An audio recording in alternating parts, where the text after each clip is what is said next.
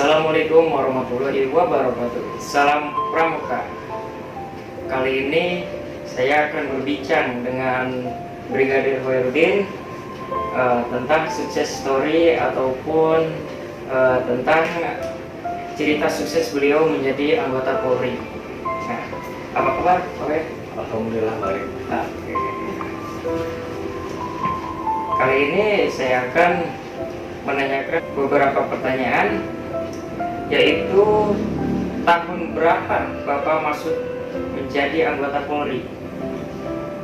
Saya kebetulan masuk jadi anggota Polri, yaitu masuk pendidikan tahun 2005 selama 6 bulan, dan 2006 bulan Januari tanggal 1 saya dilantik menjadi anggota Polri untuk Bintara Polri. Sejak kapan Bapak punya keinginan menjadi anggota Polri? Kalau keinginan jadi anggota Polri, cita-cita ya, kita berbicara cita-cita. Saya dari kecil itu cita-citanya menjadi ABRI, karena dulu itu polisi dan TNI itu masih bersatu, yaitu ABRI ya. Dari kecil saya memang mempunyai cita-cita menjadi ABRI ya, sehingga sampai sekolah pun saya itu cita-cita menjadi ABRI. Coba ceritakan sedikit atau mungkin boleh tidak panjang perjalanan Bapak dari awal punya keinginan atau cita-cita menjadi anggota Polri. Jadi ceritanya agak panjang ya. Iya, boleh. Saya terlahir dari keluarga sederhana. Orang tua saya kebetulan beliau itu kerja di pengairan PJT 2 Jatiluhur. Nah, akan tetapi saya dibesarkan oleh kakek saya, karena kebetulan kakek saya itu punya anak satu-satunya ibu saya, sehingga saya diasuh oleh kakek saya. Saya sekolah SD di SDN Saluyu, Desa Nanggerang, Kecamatan Binong, Kabupaten Subang. Nah, tahun 1999 kalau nggak salah. Karena sudah lupa juga saya. Setelah itu kemudian dilanjutkan sekolah di SMPN 1 Binong, yaitu tepatnya di Binong, Kecamatan Binong, Kabupaten Subang. Lulus tahun 2002. Setelah lulus tahun 2002, kemudian dilanjutkan ke SMK Angkasa 1 Kalijati. Ya, lulus 2005. Nah. Oh iya Pak, memotong sedikit dulu pembicaraan. Bapak itu kan sekolah di SMK Angkasa itu di Lampung Kalijati. Sedangkan Bapak itu di Pagaden, ya, tepatnya di Pagaden, Subang. Dari Pagaden ke sekolah itu, apakah jalan kaki ataupun naik kendaraan atau bagaimana? Pada saat saya sekolah di SMK Angkasa 1 Kalijati, pada saat itu ya,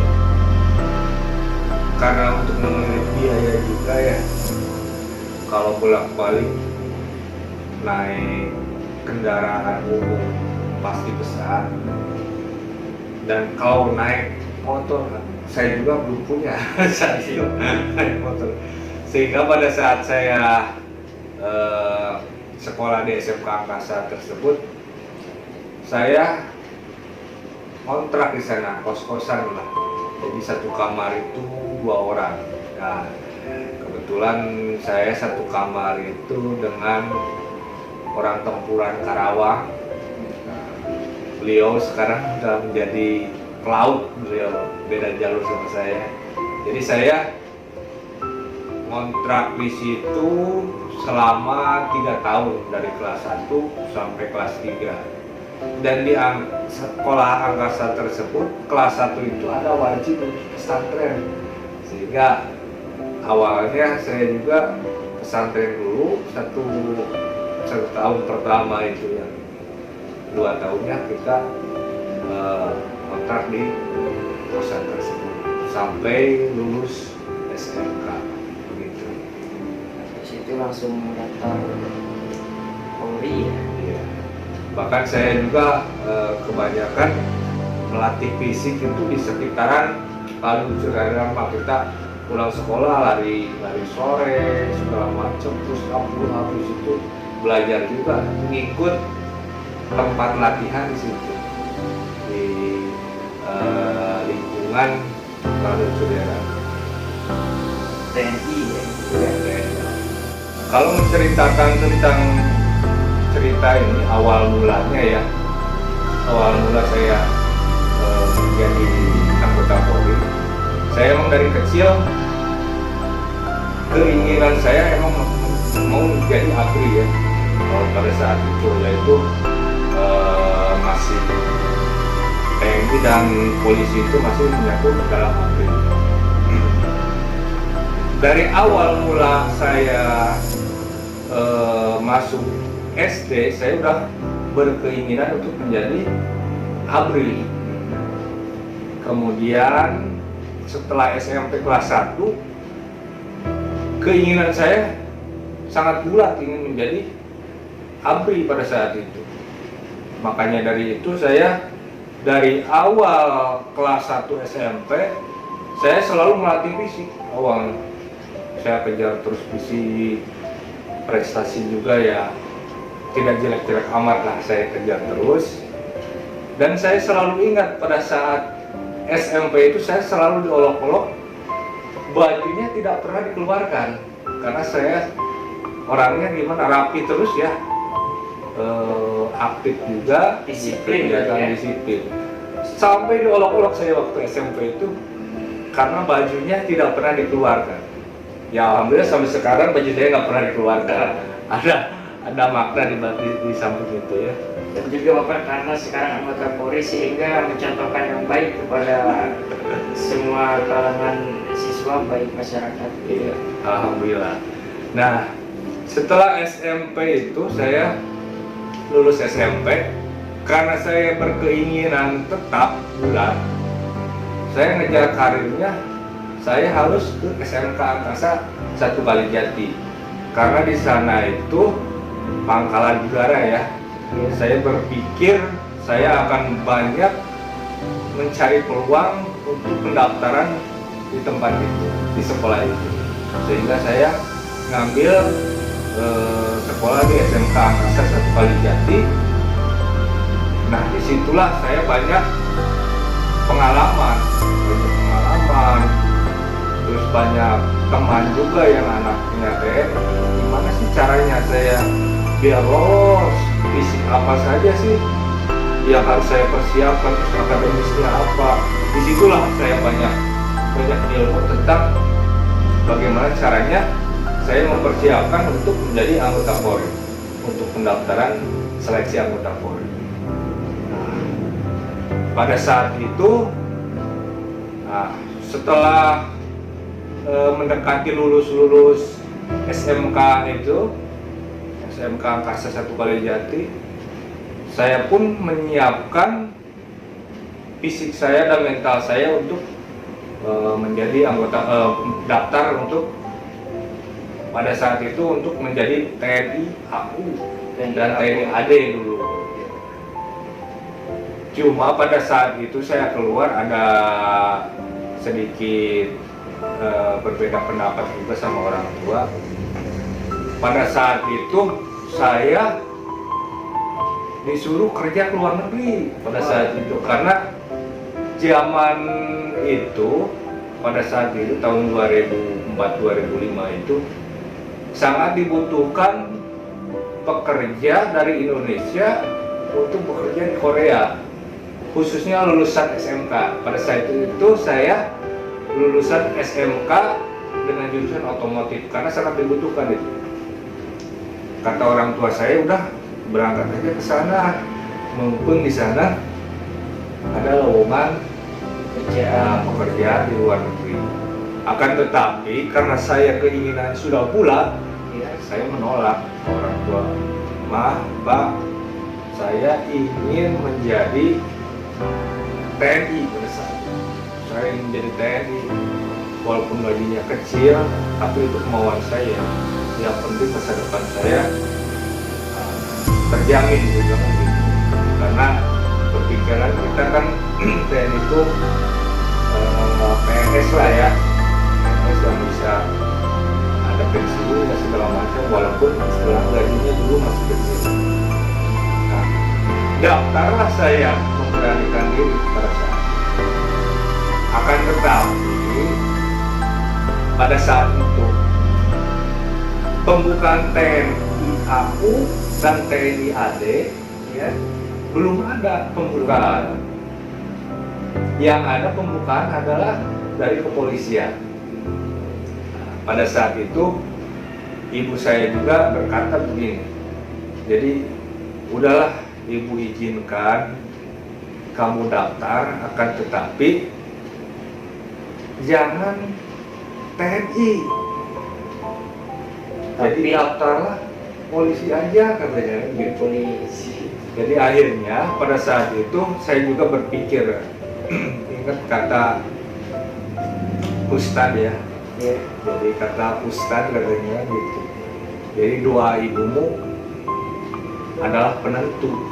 Saya takut kalau memaksakan jadi TNI, takutnya tidak lulus, sehingga saya ikut keinginan ibu saya, yaitu menjadi daftar menjadi anggota Polri.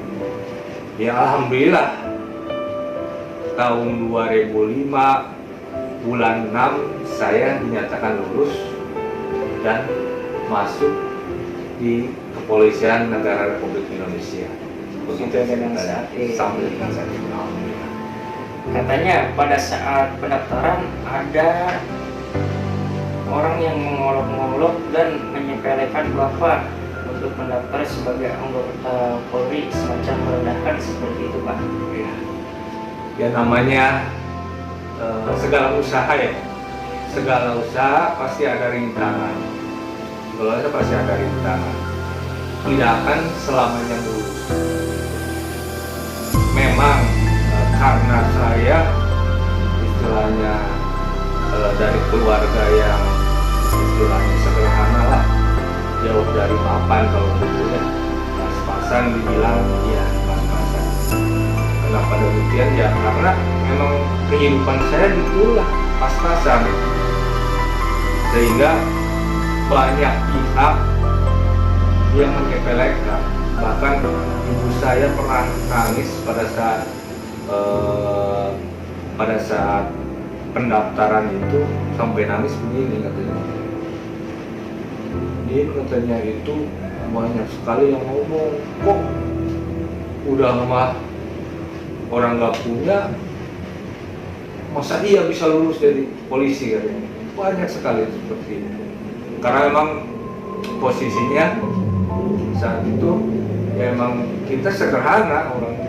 Cuma saya punya prinsip, saya yakin kalau tekadnya kuat dan kita berdoa secara penuh, insya Allah Allah akan memberikan jalan. Ya, alhamdulillah ternyata terbukti sampai dengan saat ini. Ya, lalu bagaimana kisah pada saat pendidikan? Pendidikannya alhamdulillah semuanya lancar alhamdulillah, karena awalnya kita sudah mempersiapkan fisik dan mental itu sebelum daftar pun kita sudah mempersiapkan fisik dan mental, sehingga pada saat kita pendidikan memang berat mah pasti berat, karena kita kadang-kadang tidur jam 12 malam, jam 1 malam, bahkan jam 2 malam baru bisa tidur. Besoknya jam 4 pagi kita sudah bangun lagi. Apalagi pada saat saya pendidikan itu pas sekali dengan bulan Ramadan, sehingga jadi baru tidur, kadang-kadang tidur jam 1, jam setengah 3 sudah bangun lagi untuk sahur begitu. iya, sampai olahraga pagi kita sudah tidur lagi. Itu sangat luar biasa menguras tenaga kita, bahkan saya juga sampai kurus kering gitu pada saat itu. Tapi alhamdulillah karena kita menjalaninya dengan ikhlas, itu kemauan saya, alhamdulillah lancar dan sukses pada saat itu. Lalu katanya Bapak pada saat berangkat pendidikan nekat hanya membawa uang 90.000 rupiah saja. Apakah betul? Ya, betul sekali itu. Jadi begini ceritanya, pada saat saya dinyatakan lulus itu ya. Pada saat itu saya dinyatakan lulus di Polda Jabar ya. Karena saya pendaftaran di Polda Jabar, terimalah hasil pantohir, kalau dulu itu pantohir, saya dinyatakan lulus dan diberikan waktu cuma 2 hari untuk mempersiapkan. Makanya saya itu kan naik umum ya, boro-boro punya mobil dulu. Jadi saya naik umum kembali ke sini langsung dibotak ya, dulu kan harus wajib botak ya, pas masuk pendidikan nggak boleh ada rambut. Pada saat itu ya kita kembali lagi karena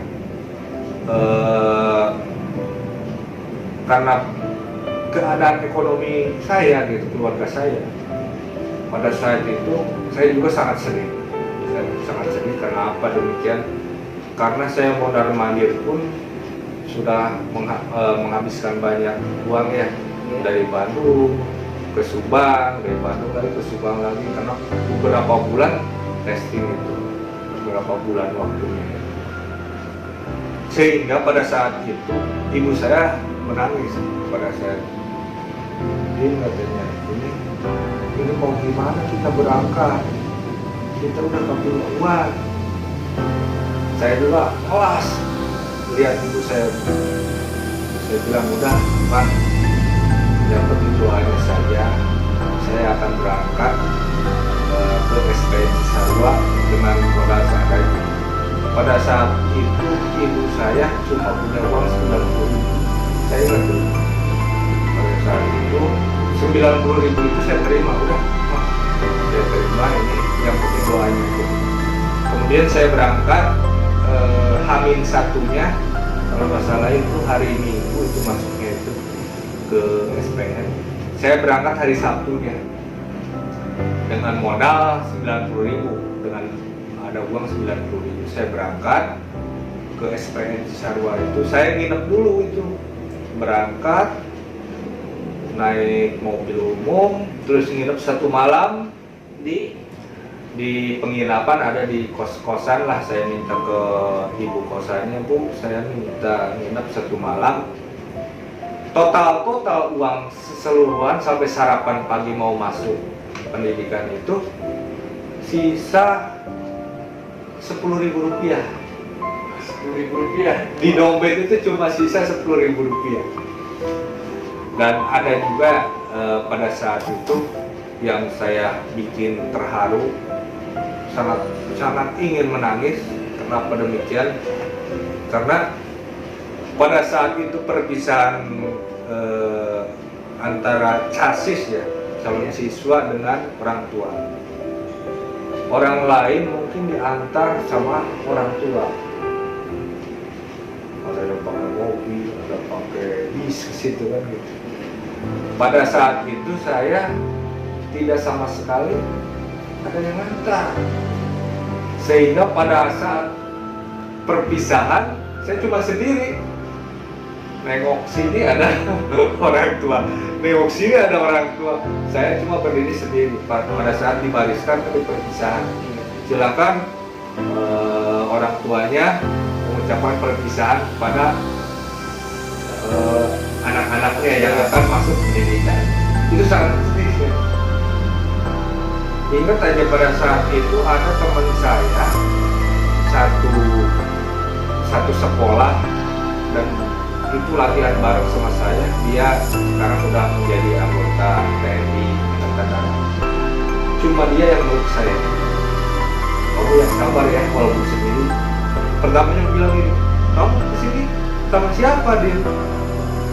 Sebelumnya nggak ada yang ngantar, dia meluk saya, terus ngasih support kepada saya, semangatin kalau nggak di ini, kamu harus semangat. Alhamdulillah, saya di sana tegar dan mulailah pendidikan selama 6 bulan di situ. Begitu ceritanya. Pokoknya, aduh, itu masa-masa tersulit saya, masa-masa tersulit dalam hidup lah. Pertama meniti karir di situ lah. Tidak akan saya lupakan sampai akhir hayat saya, tidak akan lupa itu. Lalu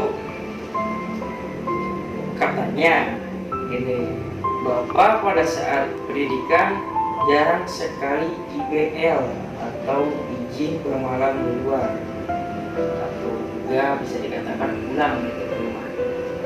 Iya, itu betul sekali. Jadi pada saat pendidikan itu ada namanya pesiar dan IBL. Kalau pesiar itu cuma kita diberikan waktu 1 hari, misalkan dari SPN itu pagi jam 8, sore jam 17 sudah kembali lagi ke SPN lagi. Nah, kalau izin bermalam di luar itu kita bisa pulang sebulan sekali ke rumah, diberi waktu 1 hari di rumah, jadi kita bisa istirahat dulu dengan keluarga. Pada saat pendidikan tersebut memang saya sangat-sangat jarang mengambil pesiar dan IBL. Kadang-kadang ada jadwal pesiar juga saya tidak pesiar karena kembali lagi kita ke perekonomian, mengurangi beban perekonomian karena kita pas-pasan posisinya. Jadi pada saat orang lain pesiar, kita kadang-kadang tukeran, yang ada jadwal istilahnya piket kamar, kalau kita piket kamar ya, piket barak ya. Saya kadang-kadang tukeran, itulah saya yang piket barak, piket kamar. Ya kan yang piket kamar tukeran keluar, jadi bisa keluar gitu. Jadi saya tidak mengeluarkan biaya untuk keliling-keliling kota Bandung lah gitu kasarnya. Apalagi untuk IBL kan kita pulangnya ke Subang, sehingga banyak sekali kalau tiap IBL kita pulang biaya banyak di situ. Jadi kita ngeret-ngeret biaya karena melihat kondisi perekonomian juga, sehingga jarang pulang begitu. Siapa orang yang paling diingat dan sangat berkesan bagi Bapak, begitu Pak? Kalau orang yang paling berkesan ya, tentunya yang pertama yaitu orang tua saya. Orang tua saya yang doanya segala macamnya orang tua. Dan saya sangat sedihnya di saat saya belum sukses, saya belum bisa memberikan kesenangan kepada orang tua saya. Orang tua saya sudah meninggal, yaitu bapak saya almarhum. Jadi saya terus terang belum sampai sekarang merasa belum berterima kasih, belum bisa membalas budi, karena baru saya beberapa tahun jadi polisi, ternyata orang tua saya sudah meninggal. Yang pertama yaitu orang tua saya, ibu bapak saya. Yang keduanya yaitu kakek saya dan nenek saya, karena saya dibesarkan oleh beliau dan saya pun dididik oleh beliau. Namanya orang tua dulu kan sangat-sangat keras, akan tetapi keras juga demi kebaikan, sehingga figur saya saat ini beliaulah yang menciptakan dari kecil, harus kuat, harus kejar cita-cita beliau yang kuat. Yang ketiga mungkin mantan pacar saya. Wah, punya mantan juga. Yaitu istri saya. Ya, karena istri saya ini saya kenal dari sekolah, kebetulan dari kelas 2 SMA. saya mulai kenal dengan istri saya saat ini. Terus saya juga pada saat mau daftar juga seizin dia juga sama saya ingin daftar untuk menjadi anggota kepolisian. Saya juga minta izin. Bahkan setelah saya jadi anggota kepolisian dia pernah, kalau dulu pacaran ya, Iya. pernah minta putus sama saya karena dia nggak pede. Dia nggak kerja apa-apa, sedangkan saya menjadi anggota Polri. Dia pernah menyerahkan barangkali mau istilah mencari yang lebih baik atau mencari pekerja, silahkan, saya akan pasrah katanya, nggak akan memaksakan. Tetapi saya nggak begitu karena perjuangan saya dari nol sampai saat ini dengan istri saya, sehingga pada saat itu saya tolak, saya nggak akan cari yang lain gitu kan. Saya akan nikahin sampai nikah gitu kan. Makanya saya 2 tahun masa dinas sampai menikah, dan sampai saat ini pun dia nggak bekerja. Karena saya bukan mencari seorang pekerja, saya mencari seorang istri yang mau mendampingi saya dari nol sampai besar. Prinsip saya begitu. Dan ternyata cerita Bapak sangat menginspiratif kita semua, sehingga kita semakin semangat dan termotivasi gitu kan. Khususnya untuk kakak-kakak yang saat ini menduduki kelas 3 tingkatan SLTA yang mempunyai cita-cita menjadi seorang Polri. Jangan sampai rendah hati, karena banyak sekali orang-orang di luar sana yang bisa dikatakan hanya hidup dengan berkecukupan, tapi mereka bisa berhasil dan sukses. Contohnya Bapak Brigadir Koirudin ini sampai sekarang ini menjadi anggota Polri. Padahal beliau berasal dari keluarga yang sederhana, tapi karena tekad dan usahanya yang sangat begitu wow, sehingga beliau ini sekarang sukses. Lalu bagaimana kalau yang berminat menjadi anggota kepolisian? Pastinya juga dari kalangan siswa atau teman-teman saya juga, yaitu kelas 3 seperti itu. Bagaimana Kak? Jadi bagi yang berminat untuk menjadi anggota Polri, biasanya untuk pendaftaran dalam 1 tahun ada 1 kali atau 2 kali, karena ada Tamtama, ada Bintara. Kalau dulu biasanya 2 kali Tamtama dulu, 3 kali kalau dulu. Tamtama, Bintara, sama Perwira, Akpol kalau dulu. Kalau untuk saat ini biasanya 1 tahun sekali. Tetapi berbeda, ada penerimaan Tamtama, ada penerimaan Bintara, ada penerimaan Akpol, tapi waktunya berbarengan. Biasanya sebelum ada pendaftaran dibuka, dari Polsek atau dari Polri biasanya ada sosialisasi ke sekolah-sekolah yang akan menanyakan siapa yang mau bergabung atau mau daftar di kepolisian. Biasanya ada itu sebelum 3 bulan, biasanya 3 bulan sebelum ada pendaftaran. Dan juga ada juga itu ikut bimbingan untuk seleksi anggota Polri. Biasanya itu mulai kelas 2 SMA ada 1 tahun sekali itu bimbingan untuk menjadi anggota Polri. Nanti dibimbing di Polres, itu ada bagiannya untuk bimbingan, nanti dilatih untuk fisiknya, akademisnya, terus apa saja sih yang perlu dilakukan untuk persiapan pendaftaran anggota Polri. Dan ada juga websitenya untuk pendaftaran anggota Polri begitu. Ternyata dari cerita Bapak polisi ini sangat menginspirasi dan memotivasi kita semua, ya khususnya kakak-kakak yang saat ini menduduki kelas 3 SMK ataupun SMA.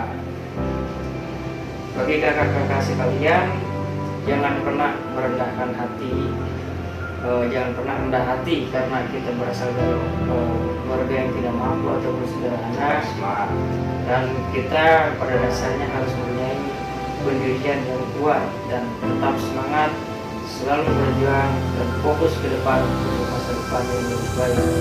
Dan jangan lupa berdoa. Dan jangan lupa berdoa juga. Seperti itu Pak, pertanyaan-pertanyaan yang saya tanyakan. Juga mohon maaf atas kesalahan ataupun ada suatu kata-kata yang kurang baik, mohon dimaklumi karena saya pun baru kali ini ada di channelnya Sahabat Wirausaha, yaitu milik Bapak polisi ini, yaitu Pak Werudin. Namanya belajar saja. Oke Pak, terima kasih atas waktunya. Sekian dari saya. Wassalamualaikum warahmatullahi wabarakatuh. Salam Pramuka.